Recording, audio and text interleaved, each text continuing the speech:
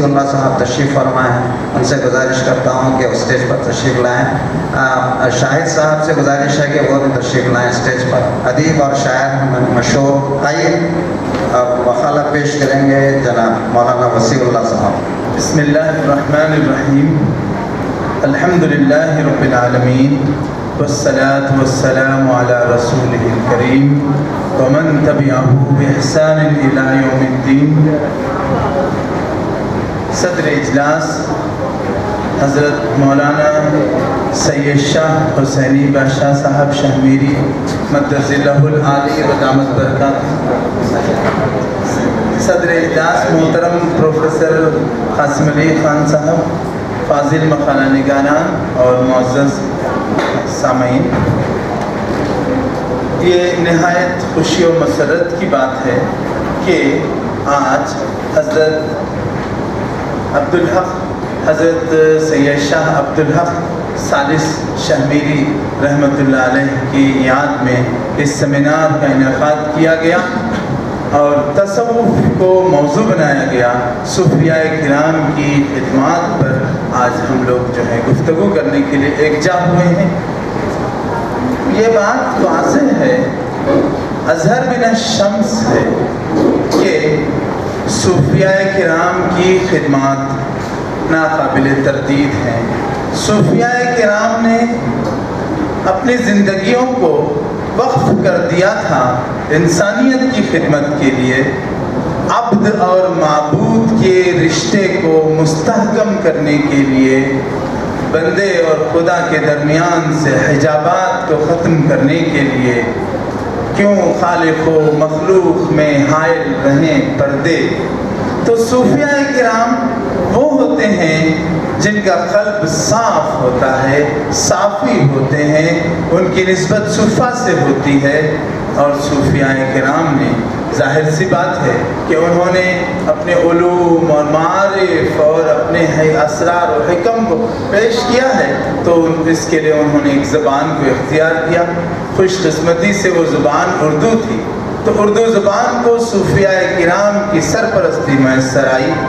اردو پر صوفیاء نے اپنا دست شفقت رکھا، تو اردو زبان اپنے تکمیلی تشکیلی مراحل سے گزر رہی تھی۔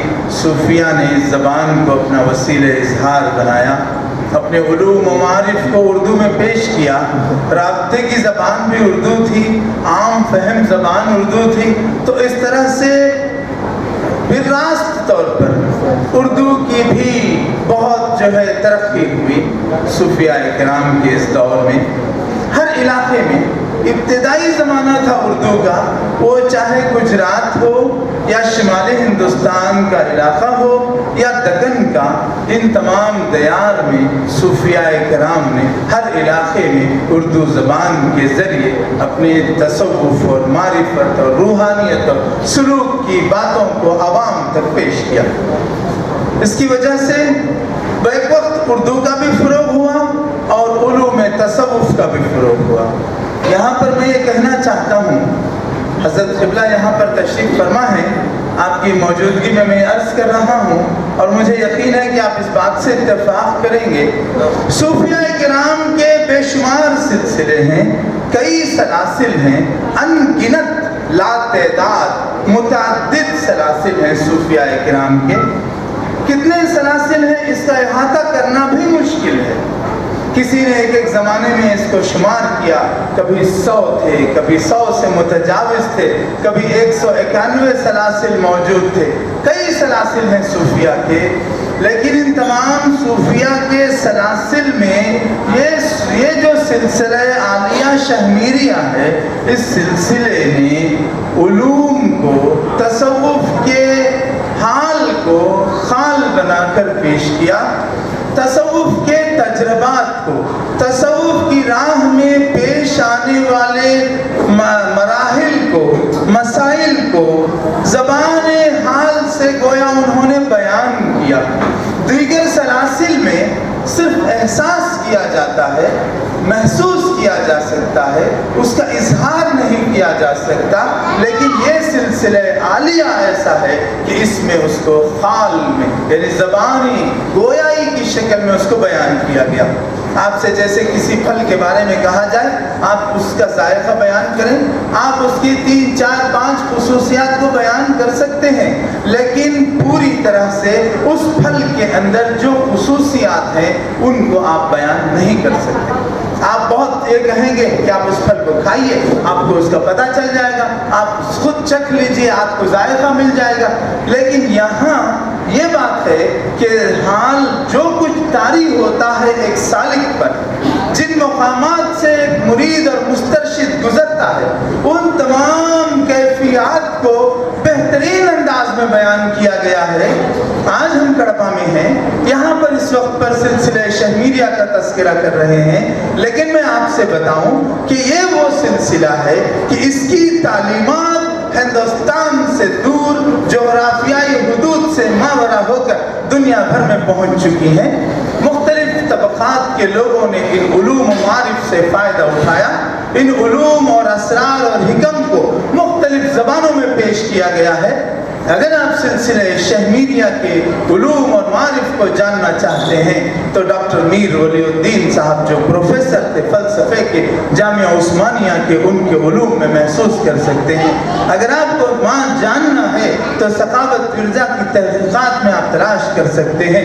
اگر آپ اس سلسلے عالیہ کے علوم اور اسرار اور معرفت اور حکم کو جاننا ہے تو حضرت سید شاہ امین الدین علی اعلیٰ بیجاپوری کے سلسلے سے اس کا تسلسل ملتا ہے. یہ وہ سلسلہ ہے, یہ وہ خانوادہ ہے کہ جو حضرت سید شاہ بخاری سرخ حضرت جہانیہ جہاں گشت رحمت اللہ علیہ سے اس کا رشتہ اور اس کا تعلق مستحکم اور مربوط ہے. اور یہ میں آپ سے بتاؤں کہ آج بھی مختلف قسم کے لوگ ہیں.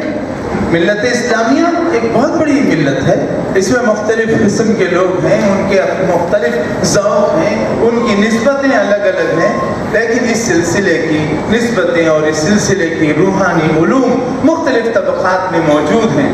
میرے دادا حضرت مولانا سید شاہ صبغت اللہ بختیاری علیہ الرحمہ فرمایا کرتے تھے کہ ہندوستان میں صرف 2 ہی سلسلے ایسے ہوئے ہیں کہ جن کا تصوف اگر یکجا کر دیا جائے تو اس سے بہترین کوئی شکل نہیں ہو سکتی. ایک ہے حضرت شاہ کمال کا جو تصوف ہے جسے کمال اللہ تصوف وہ کہا کرتے تھے, اور دوسرا ہے شاہ ولی اللہ فلسفہ.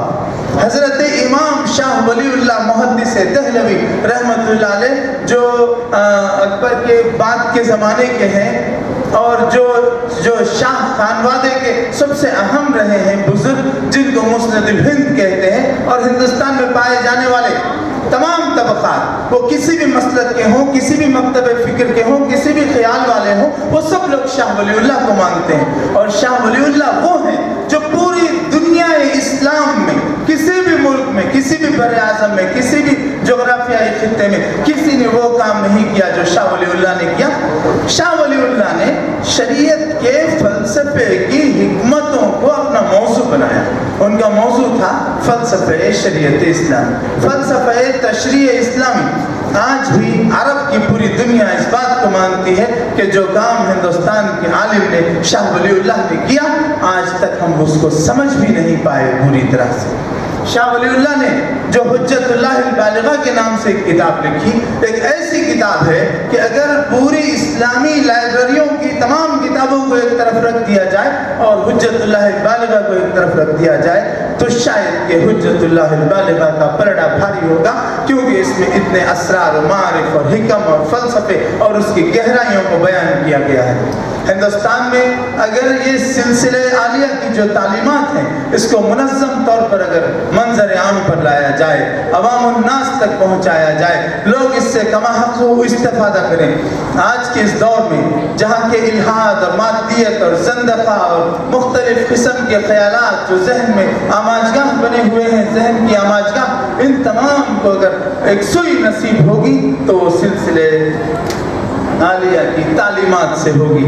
ان صوفیاء کرام نے ان باتوں کو بیان کیا ہے کہ جو تمام اسلامی تعلیمات کا نچوڑ ہے. حضرت شاہ کمال رحمت اللہ علیہ فرماتے ہیں مغز علوم فقہ و حدیث و کتاب ہے, مغز علوم فقہ و حدیث و کتاب ہے, یہ علم مغز ہے, فقہ و حدیث و کتاب کا۔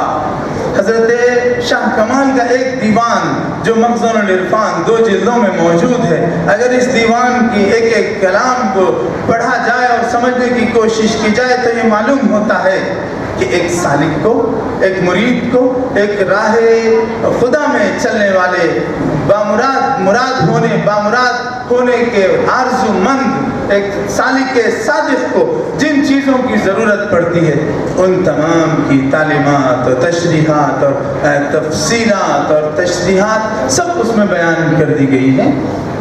مجھے یہ حکم دیا گیا تھا کہ میں یہاں پر شہر رائے چوٹی کے حوالے سے آپ کے سامنے کچھ باتیں پیش کروں، جس کا کلیدی عنوان یہ ہو کہ صوفیاء کرام کی خدمات اردو کے لیے کیا رہی ہیں۔ میں نے جیسے کہ عرض کیا، صوفیاء کرام کی جو خدمات رہی ہیں وہ بذات خود بامقصد طور پر اردو کے فروغ کے لیے نہیں رہی، ضمنی طور پر بھی اردو کو فروغ ملا ہے۔ انہوں نے مستقلاً اردو کے لیے نہیں کیا کام، لیکن چونکہ زبان اردو تھی اس لیے انہوں نے اس کو اختیار کیا اور ان کی تصنیفات منظر عام پر آئیں تو یہ اردو ادب کی تاریخ میں ایک حصہ بن گئی، کیونکہ سب سے پہلی تصنیفات کا وہ دور تھا۔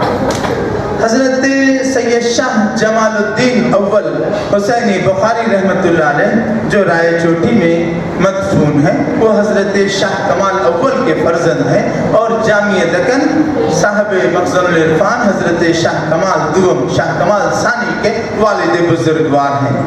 انہوں نے اس دور میں شاعری کی ہے، لیکن ان کا جو شعری سرمایہ تھا وہ امتداد زمانہ کی نسل ہو گیا۔ انہوں نے جو ہے یہ حضرت شاہ میر اول کے والد بزرگوار ہیں۔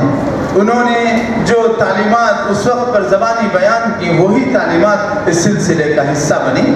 اس کے بعد میں حضرت سید شاہ عبد القادر حسنی ہیں، وہ بیجاپور کے علاقے سے رائے چوٹی آئے اور یہیں پر وہ جو ہے اس کو رائے چوٹی کو انہوں نے مسکن بنایا۔ وہ واعظ اور جو ہے بیان وغیرہ کیا کرتے تھے اور اس میں جو ہے اپنے تقریروں میں تصوف کے معرفت کے نکات کو بیان کرتے تھے۔ حضرت سید شاہ برہان الدین حقانی رحمۃ اللہ علیہ بھی رائے چوٹی میں آرام فرما ہے۔ حضرت برہان الدین حقانی بھی ایک بہت بڑے جلیل القدر بزرگ ہیں، ان کا کلام بھی اور ان کی تصنیفات بھی اب دستیاب نہیں ہیں، لیکن تذکروں میں ان کا ذکر ملتا ہے۔ وہ ایک بہت ہی پہنچے ہوئے، بہت مجذوب الحال قسم کے اور بہت بلند پایا جو ہے صاحب نسبت ولی اللہ تھے۔ اس کے بعد میں ذکر کرنا چاہتا ہوں کہ حضرت سید شاہ علیم اللہ بختیاری رائے چوٹی آئے اور انہوں نے رائے چوٹی کو اپنا وطن بنایا۔ یہ دارالعلوم لطیفیہ سے فارغ تھے اور حضرت رکن الدین قادری رحمۃ اللہ علیہ کے حکم پر، ان کے ایما پر انہوں نے رائے چوٹی کو اپنا وطن بنایا۔ یہ جو ہے بیک وقت نفس کی اور جسم بدن کی دونوں کی جو ہے معالجہ کرتے تھے اور یہ حکیم حاذق بھی تھے اور جو ہے روحانی معالج بھی تھے۔ انہوں نے جو کام کیے ہیں اس دور میں ماحول سازی کے لیے ان کے کام بہت یادگار ہیں۔ اس کے بعد میں حضرت سید شاہ ندیم اللہ بختیاری جو کہ حضرت مولانا انوار اللہ شاہ فاروقی رحمۃ اللہ علیہ بانی جامعہ نظامیہ حیدرآباد کے مصاحب رہے ہیں، اور جب دارالجامعہ نظامیہ میں مجلس اشاعت العلوم کا قیام عمل میں آیا، یہ حضور نظام کے دور کی بات ہے، تو ان کو اس کا پہلا ناظم بنایا گیا۔ انہوں نے ندیم اللہ بختیاری نے حیدرآباد میں کئی رسالے اور کئی تصانیف مرتب کیے جو مجلس اشاعت العلوم حیدرآباد سے شائع ہوئے۔ پھر حضور نظام کے حکم سے وہ اورنگ آباد چلے گئے، وہاں پر انہوں نے بیت العلوم کا سنگ بنیاد رکھا اور ان کی خدمات وہیں پر رہیں۔ اس کے بعد مولانا سید شاہ صبغت اللہ بختیاری رحمۃ اللہ علیہ کا ذکر کروں میں۔ صبغت اللہ بختیاری کی ولادت رائے چوٹی میں ہوئی۔ ابتدائی تعلیم کے بعد وہ جامعہ نظامیہ حیدرآباد چلے گئے، وہاں پر انہوں نے تعلیم حاصل کی۔ پھر وہ دارالعلوم دیوبند گئے۔ دارالعلوم دیوبند سے فارغ ہونے کے بعد جامعہ دارالسلام عمر آباد میں ان کا تقرر استاذ کی حیثیت سے عمل میں آیا، وہاں پر وہ استاذ تھے اور پھر اس کے بعد وہ شیخ التفسیر بھی بنائے گئے۔ 12 سال انہوں نے جامعہ دارالسلام میں تدریسی خدمات انجام دی۔ پھر وہ مولانا سید ابوالعلا مودودی علیہ الرحمہ کے ساتھ ہو گئے اور وہ تحریک اسلامی اور جماعت اسلامی کے بانیوں میں سے شمار کیے گئے. وہ وہاں پر ایک طویل مدت گزارنے کے بعد پھر مدرسہ عربیہ باقیات الصالحات جو بیلون میں ہے وہاں پر وہ استاذ اور پھر شیخ الحدیث بنائے گئے. وہاں پر انہوں نے 20 سال خدمات انجام دی. اس دوران جب آزادی ہند کی جو جدوجہد آزادی تھی اس میں وہ 2 مرتبہ جیل گئے تھے اور پھر اس کے بعد وہ رہا ہوئے. پھر اس کے بعد ان کی تصنیفات اور تالیفات کا دور شروع ہوا اور پھر وہ جو ہے آخری دور میں ان کا ایک جذبہ اور ارادہ یہ تھا کہ ایک ادارے کی بنیاد ڈالی جائے جس کا نام معہد احسانی ہو. معہد احسانی سے مراد یہی وہ تصوف اور معرفت اور سلوک اور احسان ہے جس کو وہ عملی طور پر علمی طور پر پیش کرنا چاہتے تھے. یہ ان کی زندگی کے آخری ادوار کا مقصد رہا اور اسی دوران میں وہ اپنے رب کے حضور پہنچ گئے. مولانا سید شاہ صبغت اللہ بختیاری نے اس مختصر سی مدت میں کئی ممالک کے انہوں نے اسفار کیے. مولانا احمد علی لاہوری راشدی کے پاس وہ پہنچے, وہاں انہوں نے تفسیر قرآن کا کورس کیا. حضرت شیخ الاسلام مولانا سید حسین احمد مدنی سے ان کا بڑا تعلق تھا اور مولانا مدنی کو جب اس دیار میں وہ مدعو کیے تو ہمارے صاحب قبلہ کے والد صاحب حضرت سید شاہ قادر علی بادشاہ صاحب شہمیری رحمۃ اللہ علیہ کی جو ہے بڑی تائید حاصل رہی اور آپ کا تعاون رہا جس سے مولانا حسین احمد مدنی اس علاقے میں تشریف لائے, یہاں پر ان کے مواعظ وغیرہ ہوئے. تو میرا یہ کہنا ہے کہ کسی بھی قسم کے جو ہے تعصب سے بلند تر ہو کر ہم کو تصوف کو ایک فن کے طور پر, ایک علم کے طور پر دیکھنا ہے اور اس کی ضرورت ہے. کیونکہ آج کے اس دور میں جہاں مادیت کا دورہ ہے, لوگ جانتے ہیں, غالب نے کہا تھا جانتا ہوں ثواب طاعت و زہد پر طبیعت ادھر نہیں آتی. لوگوں کی طبیعت ادھر کیسے آئے, اس کے لیے کیا کرنا چاہیے؟ اس کا تعلق صوفی سے ہوتا ہے. صوفی دل کی حالت پر توجہ کرتا ہے. دل کو جو کہ قلب سقیم ہے اس قلب سقیم کو قلب سلیم بنانا یہ جو ہے صوفی کا مقصد ہوتا ہے. اللہ نے فرمایا الا من اتى الله بقلب سلیم, اللہ کے پاس جو قلب سلیم لے کے آیا وہی کامیاب ہو گیا. تو قلب سلیم وہ ایسا صاف اور اچھا دل کہ جس کے اندر حسد نہ ہو, کینہ نہ ہو اور بغض نہ ہو, عداوت نہ ہو, انسانیت کے لیے ہمدردی کا احساس ہو اور اس کے اندر جو ہے بلند اقدار کو, اخلاقی معیارات کو قبول کرنے کا مادہ دل کے اندر پیدا ہو. آج لوگوں کے پاس ظاہر داریاں, ظاہر بینیاں, ظاہر آرائیاں, ظاہری سب کچھ ہے لیکن دل اس سوچ سے خالی ہے. اقبال نے کہا تھا کہ جو ہے نماز و روزہ و قربانی و حج یہ سب باقی ہیں, تو باقی نہیں ہے. آج ہماری زندگیوں میں ہم بظاہر دیکھنے میں ہمارا حلیہ ایسا ہے کہ ہم نے بہت جو ہے داڑھی رکھی ہوئی ہے, چہرے پہ ٹوپی پہنی ہوئی ہے, ہم نے ہمارا حلیہ اچھا ہے, ہمارا لباس اچھا ہے, ہمارے ظاہری اعمال میں بھی ہم رمضان آتا ہے تو احترام کرتے ہیں اور اس میں صائم رہتے ہیں, روزے دار رہتے ہیں, نمازوں کی بھی پابندی ہے. لیکن ان سب کے باوجود آپ اس بات کو محسوس کیجئے کہ مسلم معاشرے میں اخلاقی اور روحانی اتنا کھوکھلا پن ہے کہ سب ظاہری بن کر رہ گیا ہے. اندر سے دل خالی ہے, اندر سے دل میں کوئی کیفیت نہیں ہے. اور یہ چیزیں جو ظاہری ہیں اگر باطن تک نہ پہنچے تو یہ سب بیکار ہیں. حدیث میں آیا ہے کہ ایسے نمازیوں کی نماز ان کے منہ پہ مار دی جائے گی, ان کے روزے ان کے منہ پہ مار دیے جائیں گے کیونکہ اس میں کیفیت نہیں تھی. وہ کیفیت کیسے پیدا ہو, یہی ہے تصوف کا مقصد. ایک عالم یا مولوی یا مفتی یہ بتائے گا کہ نماز کیسے پڑھنی چاہیے, کتنے رکعت ہوں اور اس میں کیا کیا پڑھیں, آپ کون سا سورہ کے بعد کون سا سورہ پڑھیں اور کیا کیا پڑھنا ہے, یہ سب ظاہری ایک مولوی بتائے گا. لیکن صوفی یہ بتائے گا کہ جب آپ نماز پڑھتے ہیں تو حالت نماز میں آپ کا تصور کیا ہونا چاہیے, آپ کے دل کی کیفیت کیا ہونی چاہیے, آپ کے اندر جذبات عبودیت اگر نہیں ہے, اگر آپ کے اندر خوف خدا نہیں ہے اور محبت الہی نہیں ہے, خدا سے محبت کے ساتھ اگر عبادت نہیں کرتے ہیں, بس ایک عذاب کے ڈر سے آپ نماز پڑھ رہے ہیں اور سجدے کیے جا رہے ہیں, تو یہ مقصود و مطلوب نہیں ہے. مقصود و مطلوب صرف یہ ہے کہ دل کی کیفیت. بہت سے ایسے لوگ ہیں جو ظاہری طور پہ معلوم بھی نہیں ہوتا کہ وہ مسلمان ہیں, یا یہ بھی نہیں معلوم ہوتا کہ ان کا مذہب کیا ہے, لیکن ان کا دل مصفا, ان کا دل مجلہ, ان کا دل خداوند قدوس کی تجلیات کا مرکز ہوتا ہے. ان کے دل میں محبت خداوندی سے سرشار ہوتے تڑپاتے ہیں ان کے دل، ایسے لوگوں کی جو کیفیت ہوتی ہے وہی کیفیت اسلام میں مقصود و مطلوب ہے۔ رسول اللہ صلی اللہ علیہ وسلم نے فرمایا تم خدا کی عبادت اس طرح کرو کہ گویا تم خدا کو دیکھ رہے ہو، اور اگر ایسا نہیں کر سکتے تو یہ تصور کرو کہ خدا تمہیں دیکھ رہا ہے۔ جب اس احساس کے ساتھ تم نماز پڑھو گے یا کوئی عبادت کرو گے یا کوئی بھی کام کرو گے، وہ کام سراپا عبادت بن جائے گا، اور اسی کو حدیث میں احسان سے تعبیر کیا گیا ہے۔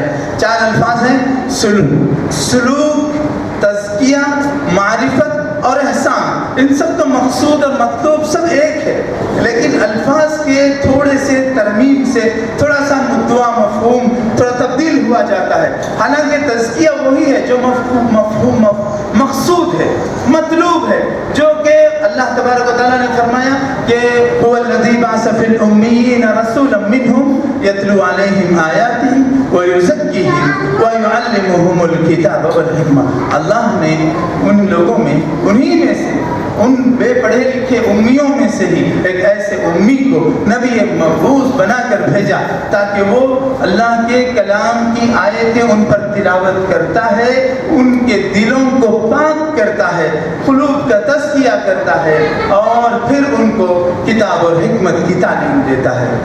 تعلیم کتاب سے بھی پہلے سب سے مقدم کیا کیا گیا؟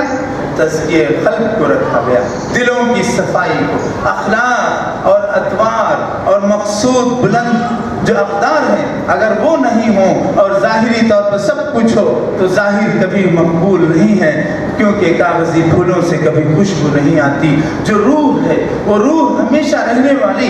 یہ صوفیاء کرام کا مقصود اور مطلوب اور مدعا بھی روح انسانی رہی ہے کہ انسان کی روح پاک ہو جائے، انسان کی روح کا ربط عالم ارواح کی روحوں سے ہو جائے، کیونکہ الارواح جنود مجندہ کہا گیا ہے۔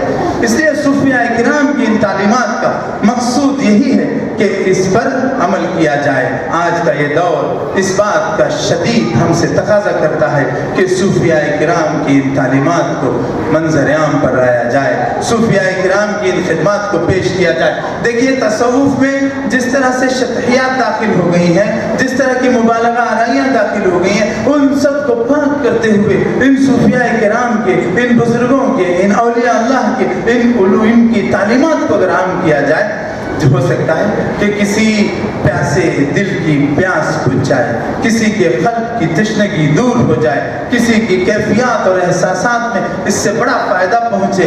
یہ سلسلے عالیہ کی یہ خصوصیت رہی ہے کہ اس سلسلے عالیہ میں ہمیشہ قلب کی کیفیت کو مقصود اور مطلوب جانا گیا ہے۔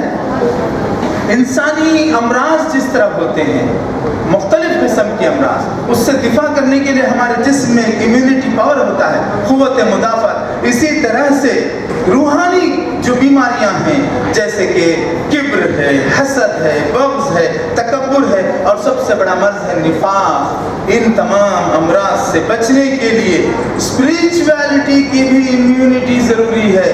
امیون پاور اگر مضبوط ہوگا تو اسی کو تزکیہ نفس کہا جاتا ہے۔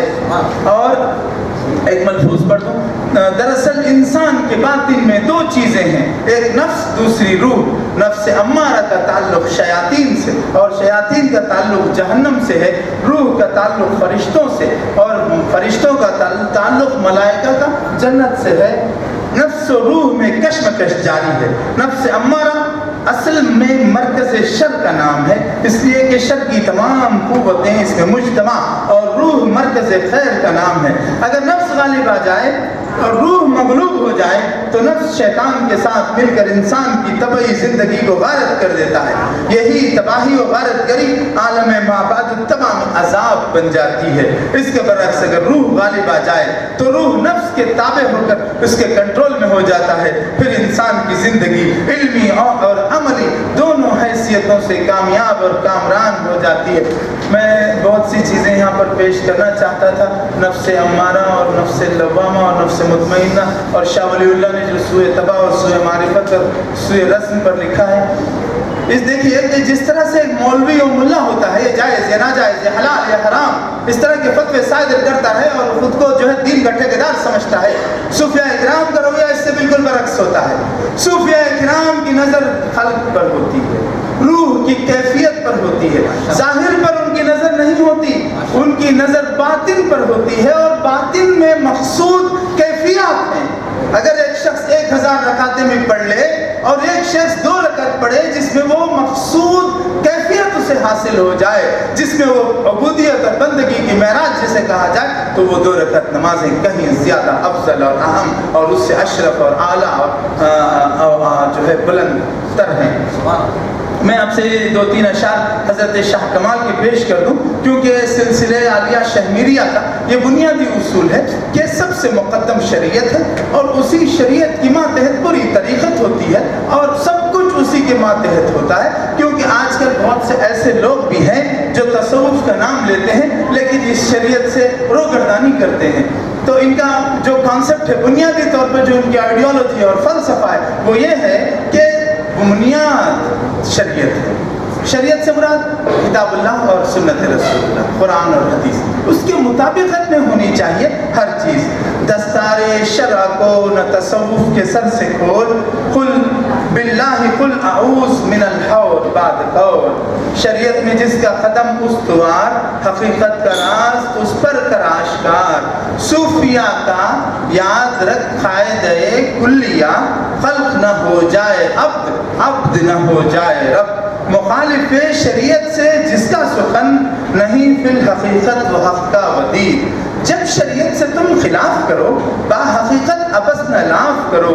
اور یہ دیکھیے بے تفقہ جسے تصوف ہے وہ تصوف نہیں تسلف ہے، استقامت بشر مصطفی ہے کرامت، بزرگ کشف کلام۔ اور یہ شعر حال مطلق میں تیرے ہے حال مطلق کا مواد، ہے شریعت میں حقیقت کی رسائی بس مجھے، ہے شریعت میں حقیقت کی رسائی بس مجھے۔ تو اس طرح اور اس طرح کے کئی اشعار ہیں، اور مناجاتیں جو ہیں اس کلام میں، ان کے مطالعے سے ہماری بندگی کے جذبات میں وفور پیدا ہوتا ہے، ہماری بندگی کے جذبات میں خلوص پیدا ہوتا ہے، اور ہمارے اندر یہ احساس پیدا ہوتا ہے کہ ہم کو بھی اس پر سوچنا چاہیے۔ جیسے کہ جو ہے میں تو یہ تمام چیزوں کو آپ کے سامنے پیش نہیں کر سکتا ہوں، ایک دو باتیں آپ کے سامنے عرض کر کے۔ حضرات صالحین نے امت مسلمہ کو تحلیہ بالفضائل یعنی صفات فضیلت، تقوی، اخلاص، توکل علی اللہ اور صبر و شکر سے آراستہ و پیراستہ کرنے، اور تخلیہ عن الرذائل یعنی صفات رذیلہ، تکبر، حسد، نفاق، تعصب اور حرص سے بچانے میں اپنی کوشش میں اپنی زندگیاں لگا دی۔ اسی طرح ایک ملفوظ میں یہ ہے کہ اسلام کے 3 شعبہ جات ہیں، اسلام کے 3 بنیادی شعبہ جات ہیں، اسلامیات، ایمانیات، اسلامیات، احسانیات۔ ایمانیات تو تمام ایمان اس میں آ گیا، یعنی اسلام کے شعبہ ایمانیات یعنی عقائد و افکار، اسی طرح علم الکلام کی ضرورت ہے۔ اسلام کے شعبہ اسلامیات یعنی عبادات، معاملات اور معاشرت کے لیے علم فقہ کی ضرورت ہے، اور احسانیات کے لیے یعنی اخلاقی احسان کو، تصوف کو آپ اخلاق سے تعبیر کیجئے، تصوف کے لیے، احسانیات کے لیے اخلاقی اور روحانی پہلوؤں کو سمجھ کر عمل پیرا ہونے کا نام علم احسان ہے۔ اس طرح سے اسلام کے صحیح فہم اور دین کامل پر کاربند ہونے کے لیے ان تینوں علوم، علم الکلام، علم الفقہ اور علم الاحسان ناگزیر ہیں، تاکہ ایمانیات اور اسلامیات اور احسانیات تینوں کا احاطہ ہو سکے۔ اب مزید اس سے زیادہ وقت لینا شاید سوء ادب ہوگا، صاحب قبلہ کی موجودگی میں یہ باتیں میں نے جو عرض کر دی، تو آپ کی اجازت دیتے ہوئے میں کچھ غلط ہے تو گستاخی کی معافی چاہتے ہوئے اجازت دیتا ہوں۔ بہت بہت شکریہ، السلام علیکم ورحمۃ اللہ وبرکاتہ۔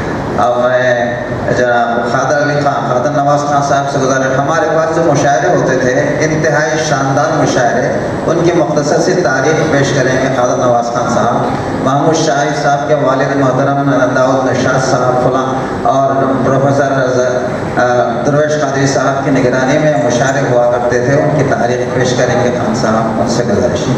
السلام علیکم ورحمۃ اللہ وبرکاتہ۔ سیمینار کا آغاز ان اشعار سے کرنا چاہتا ہوں۔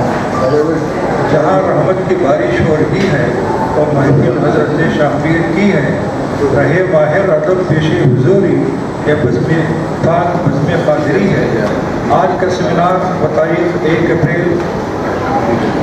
اپریل سال 2021 سدیسی کو بسلسلہ عرس شریف شمس العارفین مقدس الکاملین جامع شریعت الحقیقت حقیقت آگاہ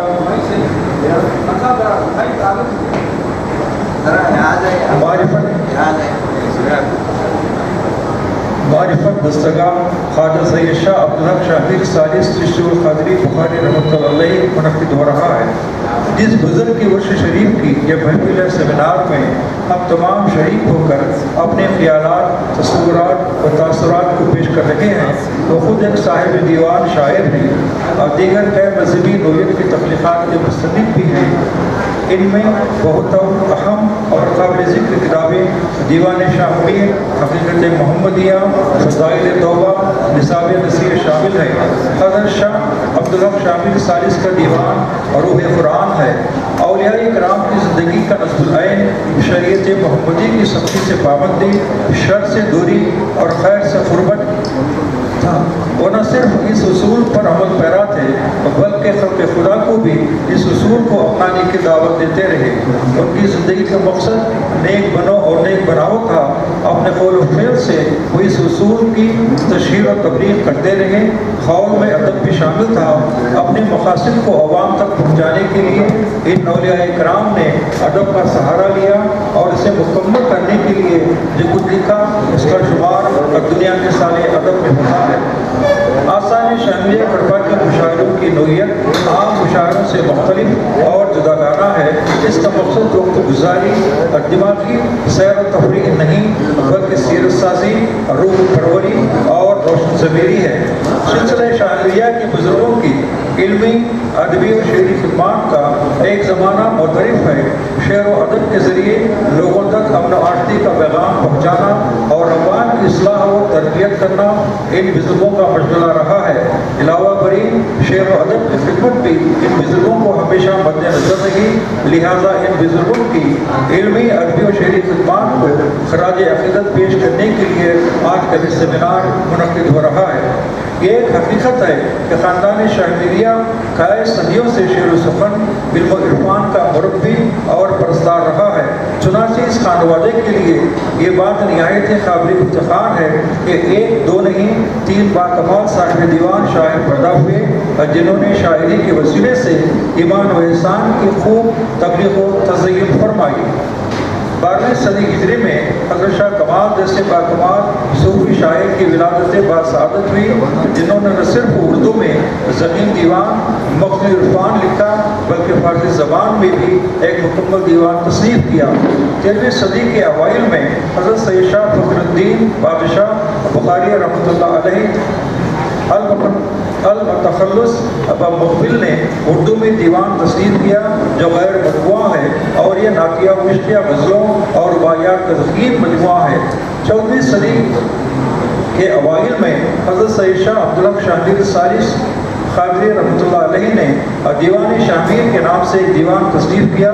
بذات خود صاحب دیوان نے اپنے مجموعہ نعوت کے متعلق شعر اسلوب میں یہ اظہار کرتے ہیں، گوہر نعت رسول عربی سے پر ہے میرے دیوان کا لے کر ایک خزینہ دیکھو۔ اسی نعت شریف کا مقطع یہ ہے، دور کوسوں میں مدینے سے پڑا ہوں شمیر، زندگی کیسی ہے کیا ہے میرا جینا دیکھو۔ حضرت شاہ میر ثالث کا عرس شریف ہر سال بدستور شعبان المعظم کی 24 اور 25 تاریخ کو ادب و احترام کے ساتھ منایا جاتا ہے، جس میں حلقہ ذکر، سیمینار اور مشاعروں کی روح پرور سیرت ساز محفلیں منعقد ہوتی رہتی ہیں۔ یہ سلسلہ تقریباً 80 سال سے جاری و ساری ہے۔ پیر و مرشد شیخ طریقت حضرت سید شاہ قادری بادشاہ شاہ میری رحمۃ اللہ علیہ کے دور میں آسان شاعریہ کے مشاعرے عالی شان پیمانے پر منعقد ہوتے تھے جن میں کل ہند شہرت یافتہ شعراء کرام شرکت کرتے تھے۔ مشاعرے میں نظم و ضبط، پابندی وقت اور بلند بیان نے شہرت مقبولیت بخشی۔ ان مشاعروں کی قابل ذکر خصوصیت یہ رہی ہے کہ مثل طرح پر تمام شعراء کی تباہ آزمائی کے بعد یا دور اول کے نعوت کی سے سماعت کے بعد اسی تسلسل کو برقرار رکھنے کے لیے طرز و مزاح کے شعراء کو دعوت سخن دی جاتی اور محفل میں سامعین خزار ہوتے اور حاضرین مشاعرے کے اختتام تک امرتن گوش ہو کر بغور سنتے تھے۔ کمار بارہمولوی، دل لکھنوی، تسنیم فاروقی لکھنوی، سلیمان خطیب، نور اندوری، گلی نلگنڈوی، بے ہوش محبوب نگری، پروفیسر حیدر علی خان حیدر، پروفیسر احتشام محمد ندوی، پروفیسر غلام دستگیر رشید، پروفیسر غلام رسول صاحب وکیل کے علاوہ مقامی شعراء کرام ان مشاعروں میں سامعین سے داد حاصل کر چکے ہیں اور یہ سلسلہ سید محمد حسینی بادشاہ شہبیری سجادہ نشین آستان شہبیریہ کڑپا کی نگرانی میں جاری ہے۔ مشاعروں کی انعقاد کے ضمن میں خصوصاً و اولاً ذی مرتبہ درویش قادری صاحب، جلال کٹھوی صاحب، اکبر کٹھوی صاحب، مصطفیٰ علی خان انور صاحب، ساغر جہیری صاحب، داود نشاط صاحب اور ہلال کٹھوی صاحب کے فرائض منصبی کو کبھی فراموش نہیں کیا جا سکتا۔ اس سالانہ عرس شریف کے مشاعروں کے علاوہ یہاں وقتاً فوقتاً ماہانہ ترغیب مشاعرے بھی ہوئے ہیں اور یوم شہادت کے موقع پر مرتبہ مشاعروں کا انعقاد بھی ہوا ہے۔ بے شمار و متعدد مقامی شعراء نے بھی آستانے کے مشاعروں کو ظفریاب کیا، جنہیں یاد نہ کرنا حق تلفی ہوگی۔ اس حقیقت کو بھی عہد طفلی سے مشاعروں میں شریک ہونے کی سعادت حاصل رہی اور کئی مشاعروں کی نظامت کے فرائض بھی انجام دے چکا ہوں۔ مختصراً آستان شہبیریہ کے مشاعرے شاندار، یادگار اور تاریخی مشاعرے رہے ہیں۔ آخر میں چند شعر کہنا چاہوں گا۔ ہمارا بارہبنکی جب آ کر آیا تھا، میری عمر آ کر اس وقت 12 سال کی تھی، تو انہوں نے آ کر یہ نعت شریف پڑھی تھی، جنہیں آگے سمجھے کہ میں 2-4 منٹ پڑھنا چاہوں گا۔ مان جی چھیڑی نعت رسول، چھا گئے بادل کھل گئے پھول، شرک اگر ہے تو شرک قبول، ذکر خدا ہے ذکر رسول۔ خصوصاً اس دوسرے شعر پر جو انہیں بے تحاشا داد ملی تھی اور بھی اچھی طرح یاد ہے کہ اگر انہوں نے جو غزل پڑھی، پہلی غزل، اس دور کے انسان وفا بھول گئے ہیں، بیچارے فرشتے ہیں خطا بھول گئے ہیں، مدت ہوئی میں غم سے بھی محروم ہوئی یا رب، کیا حادثے بھی میرا پتہ بھول گئے ہیں۔ اس سنجیدہ شاعر کے بعد ایک بظاہر شاعر کے چند شعر پڑھتے ہوئے میں اپنی بات کو ختم کرنا چاہوں گا۔ یہ سلیمان خطیب، محمد سلیمان خطیب کے بارے میں کہا جاتا ہے کہ وہ میرے یار غار کا، میرے حبیب کا، لائق ہوئی جواب سلیمان خطیب کا۔ ساز بہو ایک نظم ہے ان کی مشہور نظم جو اکثر یہاں پر سنایا کرتے تھے۔ بات ہی راہ ہے، بات موتی ہے، بات لاکھوں کی لاج ہوتی ہے، بات ہر بات کو نہیں کہتے، بات مشکل سے بات ہوتی ہے، بات سینے کا داغ ہوتی ہے، بات پھولوں کا باغ ہوتی ہے، بات خیر و ثواب ہوتی ہے، بات خیر و عذاب ہوتی ہے، بات برگے گلاب ہوتی ہے، بات دیغ عذاب ہوتی ہے، بات کہتے ہیں رب انی کو، بات ام الکتاب ہوتی ہے۔ بس ان چند کلمات کے ساتھ اپنی بات کو میں مختصر ختم کرنا چاہوں گا۔ شکریہ کے ساتھ جو آپ نے صبر و تحمل کے ساتھ ابداً گوش ہو کر میری تمام باتیں سماعت فرمائیں۔ اب اس کے بعد میں صدر جلسہ سے تبصرے کی درخواست کروں گا۔